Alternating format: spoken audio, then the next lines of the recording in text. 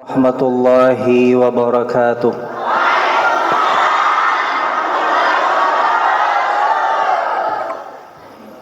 Alhamdulillah, alhamdulillahi rabbil alamin, wabihi nasta'inu ala umuri dunya waddin, wassalatu wassalamu ala ashrafil anbiya'i wal mursalin, sayyidina Muhammadin wa ala alihi wa ashabihi ajma'in. Subhanaka la ilma lana illa ma 'allamtana innaka antal alimul hakim.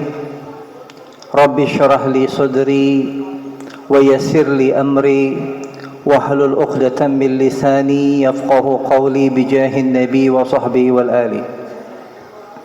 Allahumma salli wa sallim ala sayyidina Muhammadin al-fatih lima ughliq wal khatim lima sabaq nasiril haq bil haq والهادي إلى صراطك المستقيم وعلى آله وأصحابه حق قدره ومقداره العظيم.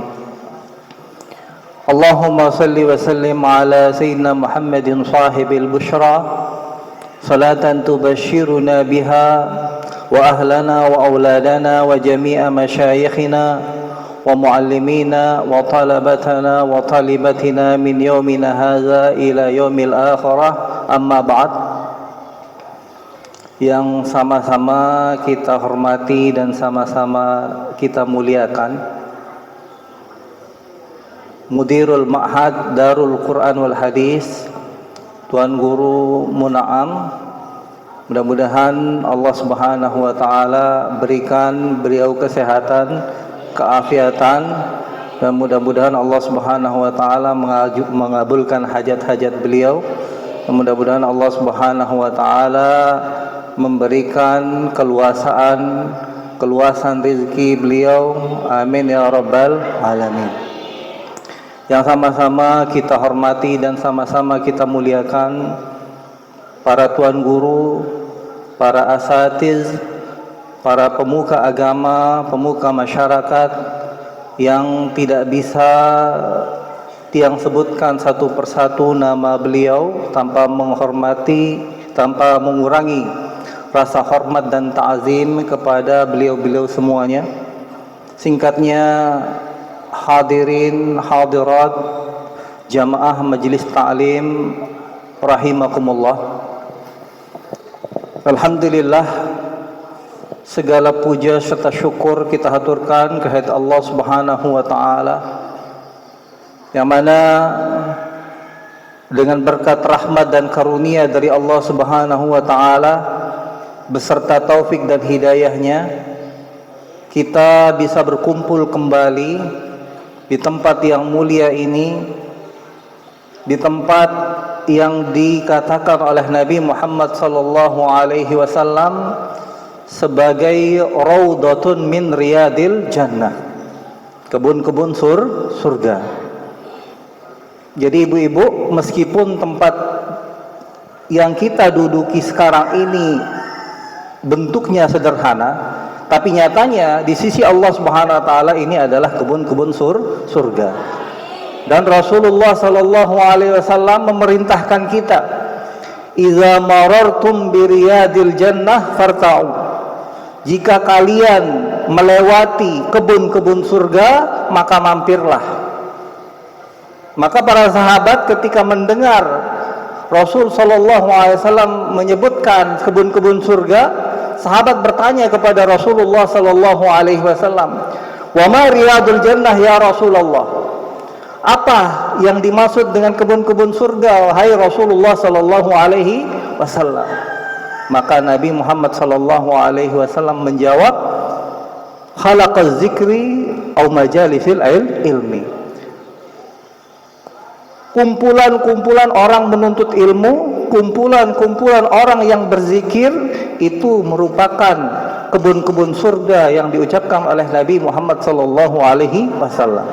Dan alhamdulillah kita sekarang berada di kebun-kebun surga.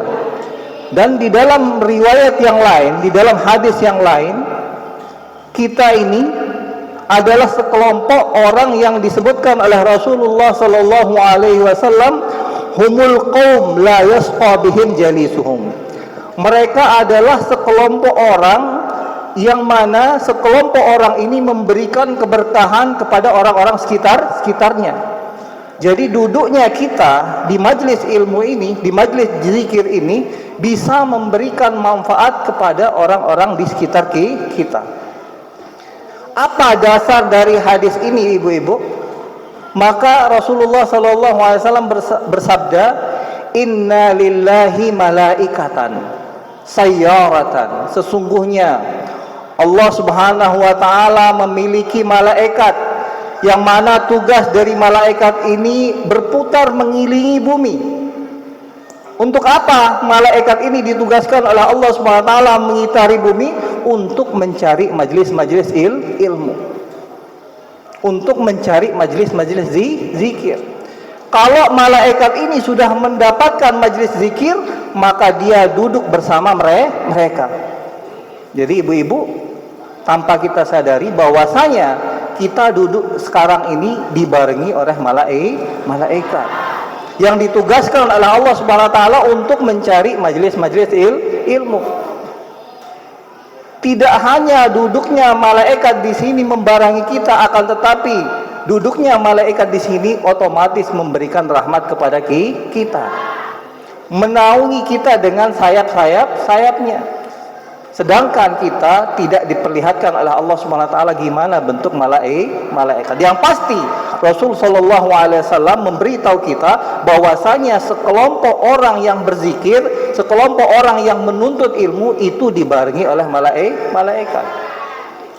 Setelah kita selesai menuntut ilmu, maka malaikat-malaikat ini pergi ke langit untuk melapor kepada Allah Subhanahu wa taala. Jadi aktivitas kita siang hari ini dilaporkan oleh malaikat, ibu-ibu. Kepada siapa? Kepada Allah Subhanahu wa ta'ala. Maka ketika malaikat sampai di hadapan Allah Subhanahu wa ta'ala, Allah Subhanahu wa ta'ala bertanya kepada malaikat, Min aina ji'tum? Wahai para malaikatku, engkau datang dari mana? Padahal di sini Allah Subhanahu wa taala Maha tahu dengan apa yang dilakukan oleh hambanya. Akan tetapi tujuan Allah Subhanahu wa taala bertanya kepada malaikat ini untuk mengagungkan orang-orang yang duduk di majelis-majelis ilmu. Maka malaikat, Ya Allah, sesungguhnya aku baru selesai menghadiri majelis-majelis ilmu, yang mana mereka di sana berkumpul untuk meminta kepadamu, untuk beristighfar kepadamu, untuk meminta ampunan kepadamu. Maka apa kata Allah Subhanahu wa taala kepada malaikat? Apa yang mereka minta kepadaku? Maka malaikat menjawab, mereka berkumpul itu tidak lain dan tidak bukan hanya untuk meminta surgamu ya Allah. Lalu setelah itu apa jawab Allah Subhanahu wa taala? Apakah mereka pernah melihat surgaku? Ibu-ibu pernah melihat surga? Tidak pernah. Jadi kita semua yang ada di sini tidak pernah melihat surga. Tapi ngumpulnya kita di tempat ini tidak lain dan tidak bukan kita mengharap surganya Allah Subhanahu wa taala. Sedangkan kita tahu bahwasanya sifat dari surga itu ma la ainun ra'at wala uzunun sami'at wala khatara ala qalbil bashar. Keindahan surga itu ma la ainun ra'at, tidak pernah dilihat oleh mata. Jadi pemandangan apapun yang kita lihat di muka bumi ini, yang kita katakan itu adalah yang paling indah, itu tidak ada apa-apanya dengan surga.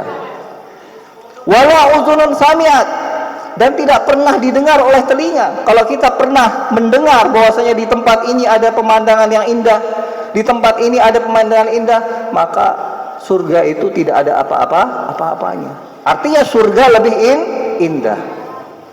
Wala khatara ala qalbil bashar, dan tidak pernah terlintas di dalam hati manusia. Mungkin ibu-ibu sekarang membayangkan bahwasanya surga itu bentuknya seperti ini, indahnya seperti ini. Akan tetapi apa yang ada di hati kita itu tidak ada apa-apanya dengan keindahan surga yang sebenarnya. Maka lain dan tidak bukan tujuan kita ke tempat ini untuk mengharapkan surga. Maka itu yang dilaporkan oleh malaikat kepada Allah Subhanahu wa taala. Maka Allah bertanya, apakah mereka pernah melihat surga? Maka malaikat menjawab, tidak pernah ya Allah. Bagaimana kalau seandainya mereka melihat surga? Kalau seandainya mereka melihat surga, pasti mereka akan lebih semangat lagi hadir majelis-majelis ilmu. Ibu-ibu, kalau seandainya diperlihatkan surga, dan surga ini diperuntukkan bagi orang-orang yang sering hadir majelis ilmu, maka otomatis ibu-ibu lebih semangat untuk datang majelis ilmu. Jangankan surga, kalau seandainya Tuan Guru Munaam ini mengiming-imingi ibu-ibu semua, siapa yang hadir di majelis ilmu, maka setiap orang saya kasih 100.000, kira-kira rame atau enggak yang datang? Amin. Padahal 100.000 itu tidak ada apa-apanya dengan surga. Padahal yang dijanjikan oleh Allah Subhanahu wa taala, dijanjikan oleh Rasulullah sallallahu alaihi wasallam adalah surga. Lalu setelah itu Allah bertanya lagi kepada malaikat yang melapor tadi, apa yang mereka jauhkan, apa yang mereka minta ampun dariku? Kata Allah Subhanahu wa taala, ya Allah, mereka hadir di majelis ilmu itu hanya ingin berlindung. Berlindung dari apa? Kata Allah Subhanahu wa taala, hanya berlindung dari nerakamu. Mereka takut untuk masuk ke dalam api neraka. Apakah mereka pernah melihat nerakaku? Kata Allah Subhanahu wa taala, tidak pernah ya Allah. Lalu bagaimana kalau seandainya mereka melihat nerakaku? Maka apa? Jawab malaikat, pasti mereka itu akan lebih semangat lagi hadir majelis-majelis ilmu. Lalu apa kata Allah Subhanahu wa taala setelahnya? Saksikanlah wahai malaikatku, sesungguhnya aku mengampuni semua orang yang hadir di majelis-majelis ilmu tersebut. Jadi Allah Subhanahu wa taala bersaksi di hadapan malaikat-malaikatnya bahwasanya Allah Subhanahu wa taala mengampuni orang-orang yang hadir di majelis ilmu atau majelis zikir. Dan alhamdulillah, kita ini termasuk orang-orang yang diringankan langkahnya oleh Allah Subhanahu wa taala, yang digerakkan hatinya oleh Allah Subhanahu wa taala untuk hadir majelis-majelis ilmu, yang artinya Allah Subhanahu wa taala ingin memberikan ampunan kepada kita semua. Dan di dalam hadis yang lain, man yuridillahu bihi khairan yufaqihu fiddin. Barang siapa yang Allah Subhanahu wa taala menginginkan kebaikan pada diri seorang hamba, maka yufaqihu fiddin, maka dia akan diberikan pemahaman dalam ilmu agama. Bagaimana cara Allah Subhanahu wa taala memberikan pemahaman dalam ilmu agama? Ya, kita digerakkan hatinya itu untuk hadir majelis-majelis ilmu. Di majelis-majelis ilmu kita tahu mana ibadah-ibadah kita yang benar. Di majelis-majelis ilmu kita dapat faidah-faidah yang banyak daripada tuan guru kita, yang mana tidak akan kita dapatkan di tempat-tempat yang lain. Makanya kita beruntung, kita ini termasuk orang-orang yang dipilih oleh Allah Subhanahu wa taala untuk hadir majelis-majelis ilmu, yang artinya kita mendapatkan kesempatan untuk mendapatkan ampunan dari Allah Subhanahu wa taala.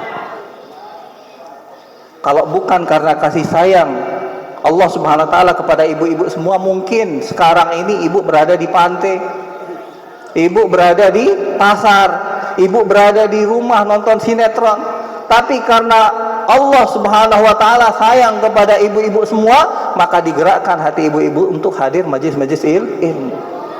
Dan hadirnya ibu-ibu ke tempat ini itu dihitung oleh Allah Subhanahu wa taala sebagai orang-orang yang mati syahid, sebagai orang-orang yang syahid. Ma min kharijin kharaja min baitihi li talibil ilmi wa huwa fi sabilillahi hatta yarji'.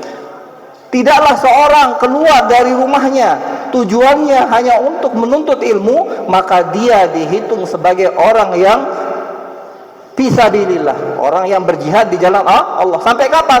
Sampai dia kembali ke rumahnya. Maka selain mendapatkan ampunan, mendapatkan pahala, dan juga kita terhitung orang-orang yang syahid. Yang artinya kalau seandainya kita ta'iyyazubillah min zalik kecelakaan di tengah jalan, maka kita terhitung orang-orang yang mati syahid. Alhamdulillah. Alhamdulillah. Kita beruntung tanpa kita harus berperang. Ini keistimewaan orang-orang yang menuntut ilmu. Makanya dikatakan oleh Rasulullah sallallahu alaihi wasallam, humul qaum la yashqa bihim jalisuhum. Mereka adalah sekelompok orang yang akan memberikan keberkahan kepada orang-orang di sekitarnya. Maka setelah Allah Subhanahu wa taala memberikan ampunan kepada orang-orang yang ada di majelis ilmu, yang ada di majelis zikir, maka malaikat bertanya kepada Allah Subhanahu wa taala. Malaikat berkata kepada Allah Subhanahu wa taala, "Ya Allah, sesungguhnya ada di antara mereka itu, dia itu adalah seorang pendosa. Dia datang ke majelis tersebut hanya untuk duduk-duduk saja, tanpa ingin hadir majelis ilmu." Jadi apa kata Allah Subhanahu wa taala, meskipun dia itu adalah pendosa, meskipun dia itu tidak paham dengan apa yang disampaikan orang yang ada di majelis ilmu tersebut, tapi dia itu akan mendapatkan ampunan dariku. Makanya itu maksud daripada hadis la qaumul qaum la yashqa bihim jalisu. Mereka itu adalah sekelompok orang yang memberikan manfaat kepada orang-orang di sekitarnya. Orang yang hanya duduk-duduk saja tanpa mendengarkan ilmu itu juga mendapatkan ampunan dari Allah Subhanahu wa taala. Gara-gara siapa? Gara-gara sekelompok orang yang menuntut ilmu. Alhamdulillah. Jadi beruntung kita ini ada majelis ilmu di sini. Makanya beliau alhamdulillah digerakkan hatinya untuk mendirikan majelis ta'lim ini tidak lain dan tidak bukan. Mungkin tujuan beliau itu adalah mengharapkan pahala dari Allah Subhanahu wa taala, tidak hanya untuk beliau sendiri, akan tetapi untuk ibu-ibu semua. Alhamdulillah. Bapak-bapak, ibu-ibu yang dirahmati oleh Allah Subhanahu wa taala, alhamdulillah sekarang kita berada di bulan apa, ibu-ibu? Bulan Zul. Ada yang bilang bulan April. Yang tanyakan itu bulan Hijriyah. Bulan Hijriyahnya.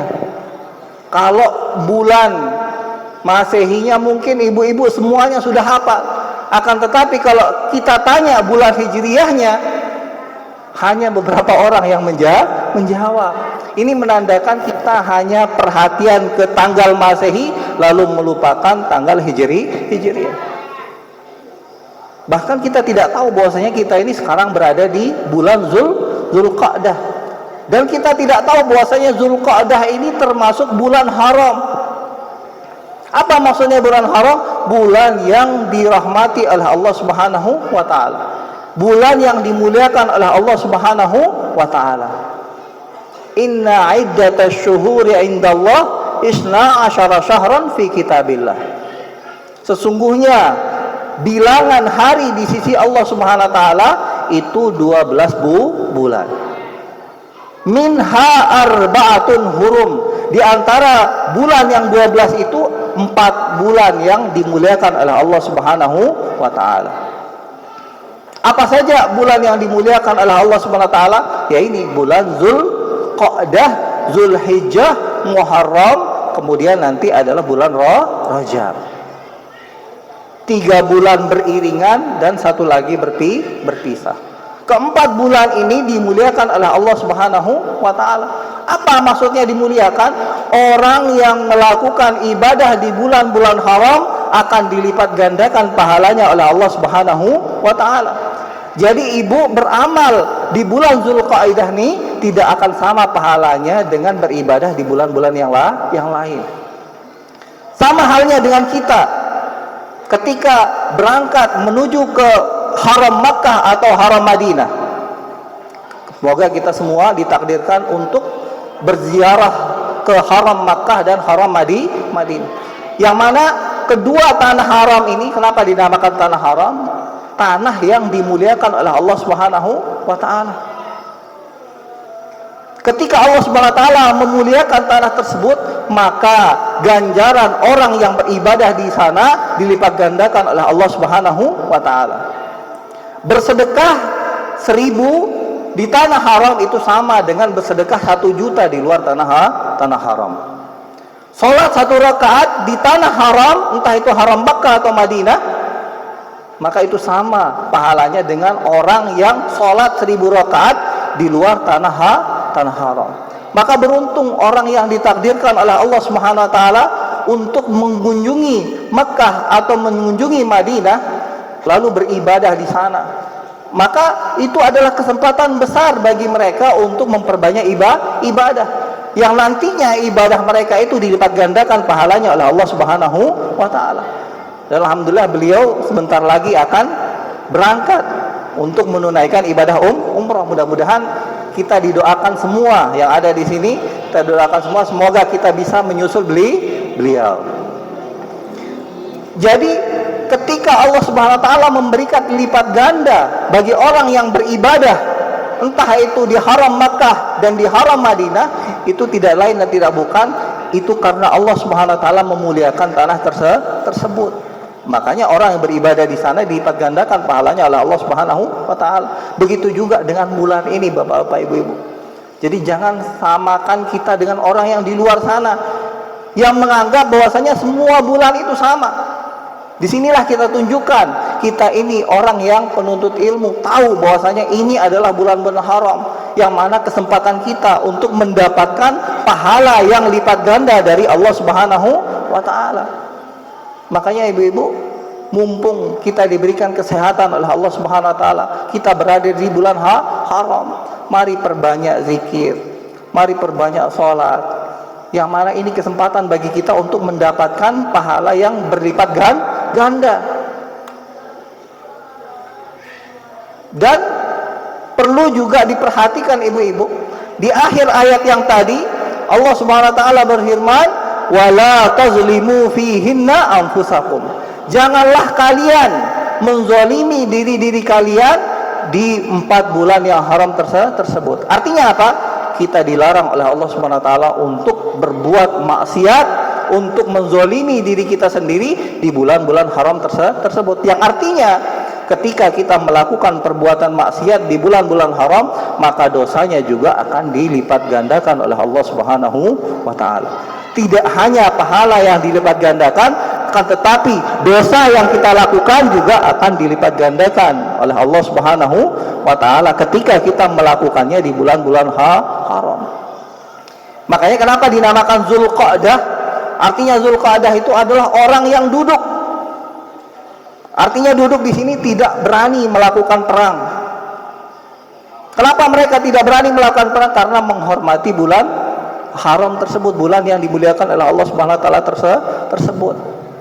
Oleh karena itu, mumpung kita masih diberikan kesehatan, mumpung kita masih diberikan keafiatan ibu-ibu, maka mari kita perbanyak amal ibadah kita di bulan-bulan haram, terutama di bulan Zulqa'dah ini, lalu nanti diselingi dengan di bulan Zulhijjah, lalu disambung lagi dengan bulan Muharram, yang ketiga-tiganya itu adalah bulan-bulan haram, bulan yang dimana dilipat gandakan pahala apapun yang kita lakukan dari ibadah.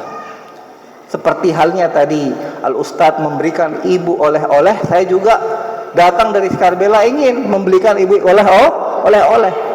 Tentu oleh-olehnya bukan uang, akan tetapi amalan. Kalau tadi Al-Ustadz memberikan ibu amal-amalan, nah sekarang Tiang memberikan ibu-ibu 3 surat yang jangan sampai ibu lupakan apapun keadaannya.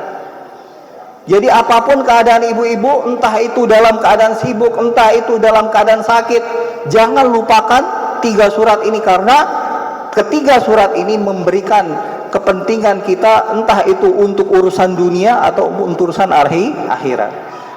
Apa surat yang pertama? Yang pertama itu adalah surat Al-Kafirun. Apa tujuannya surat Al-Kafirun? Nah, ini orang yang membaca surat Al-Kafirun sebelum tidur, maka dia akan diberikan keamanan dari yang namanya syirik. Ibu-ibu, hati-hati, sekarang banyak orang yang tidak sadar bahwasanya mereka itu sudah melakukan kesyirikan. Entah itu syirik kecil ataupun syirik besar. Akan tetapi dengan kita membaca surat Al-Kafirun sebelum kita tidur, maka kita akan diberikan rasa aman oleh Allah Subhanahu wa taala dari yang namanya syirik. Ini adalah sahabat ini yang bercerita sahabat. Sahabat itu bertanya kepada Nabi Muhammad SAW, "Ya Rasulullah, ausini, wahai Rasulullah, berikan aku nasihat, apa yang sekiranya aku baca sebelum aku tidur?" Maka apa jawab Rasulullah SAW? "Iqra'u ayat al-kursi, iqra'u surat al-kafirun." Bacalah surat al-kafirun. Fa innaha bara'atun minasyirik. Karena sesungguhnya orang yang membaca surat al-kafirun sebelum tidur maka akan dibebaskan oleh Allah Subhanahu wa taala dari yang namanya kesyirikan. Karena bahaya sekali ibu-ibu yang namanya syirik. Syirik itu artinya kita keluar dari agama Islam. Fa iyazubillah min zalik. Oleh karena itu jangan sampai ibu-ibu lupa sebelum ibu tidur itu sebelumnya membaca surat al-kafirun. Semuanya hafal surat al-kafirun? Qul ya ayyuhal, terus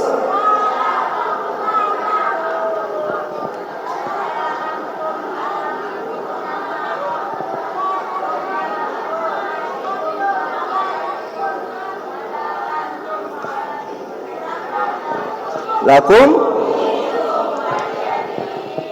panjang atau pendek? Semuanya hafal? Kira-kira sanggup untuk baca sebelum tidur? Alhamdulillah. Yang kedua, jangan lupa untuk membaca ayatul kursi. Man qara'a ayatul kursi dubura kulli salatin. Barang siapa yang membaca ayat kursi setelah selesai salat 5 waktu, la yamna'hu min huduhulil jannah illa al-maut. Tidak ada yang mencegahnya masuk surga kecuali kematian. Artinya apa ibu-ibu? Kalau seandainya ibu baca ayat al-kursi setelah selesai salat subuh, ditakdirkan oleh Allah Subhanahu wa taala meninggal sebelum zuhur, maka masuk ke dalam surga. Ketika ibu-ibu baca surat ayatul kursi setelah selesai salat zuhur, lalu ditakdirkan oleh Allah Subhanahu wa taala meninggal sebelum asar, maka masuk surga. Kalau ibu-ibu baca ayatul kursi setelah selesai salat asar, ditakdirkan meninggal sebelum maghrib, masuk ke dalam surga. Asalkan jangan sampai ada hutang di antara sesama muslim. Karena yang mencegah kita masuk surga itu adalah hutang. Alhamdulillah tadi dikasih amalan oleh al-ustadz agar kita cepat-cepat bisa membayar hutang. Jadi jangan lupa untuk membaca ayat al-kursi setelah selesai sholat 5 waktu.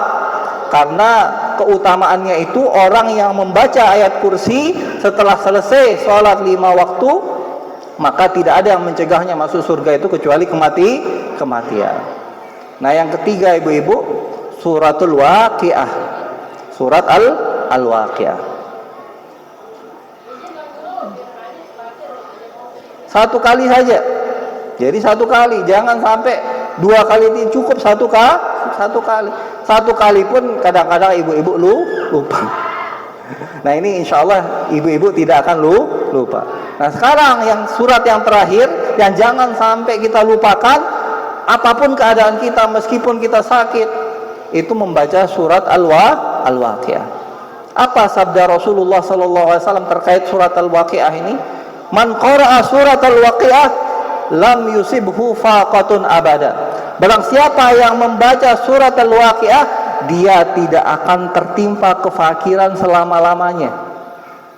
Jadi kalau ibu rutin membaca surat al-waqiah, maka jangan khawatir, tidak akan fakir ibu-ibu, tidak akan miskin ibu-ibu, asalkan istiqomah membaca surat al-waqiah.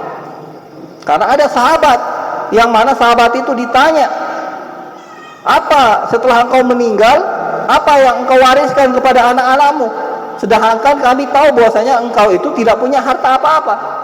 Maka apa jawab sahabat tersebut? Aku tidak ragu, aku tidak khawatir dengan anak-anakku, karena aku sudah mengajari mereka untuk membaca surat al-waqiah setiap hari. Karena aku mendengar Rasulullah SAW bersabda, man qara'a surat al-waqiah lam tusibhu faqatun abada. Barang siapa yang rutin membaca surat al-waqiah, maka dia tidak akan tertimpa kefakiran selama-lamanya. Jelas ibu-ibu? Nah, Tahu surat Al-Waqiah? Idza waqa'atil laisa liwaq'atiha. Kalau kita baca semuanya di sini nanti dimarah tiang sama. Nanti ibu-ibu baca sendiri di rumah. Yang penting ya, jangan sampai lupa dengan 3 surat tersebut. Apa yang pertama? Kapan dibaca? Sebelum kemudian yang kedua, ayatul kursi kapan dibaca? Setelah selesai sholat. Yang ketiga, suratul kapan dibaca? Terserah ibu membaca setelah subuh bisa, membaca setelah zuhur bisa, setelah asar bisa. Yang penting jangan sampai tidak baca. Mungkin itu saja yang bisa tiang sampaikan karena waktu sangat terbatas. Mudah-mudahan kita diberikan kesempatan untuk bertemu kembali di tempat yang mulia ini. Dan akhirul kalam, assalamualaikum warahmatullahi wabarakatuh.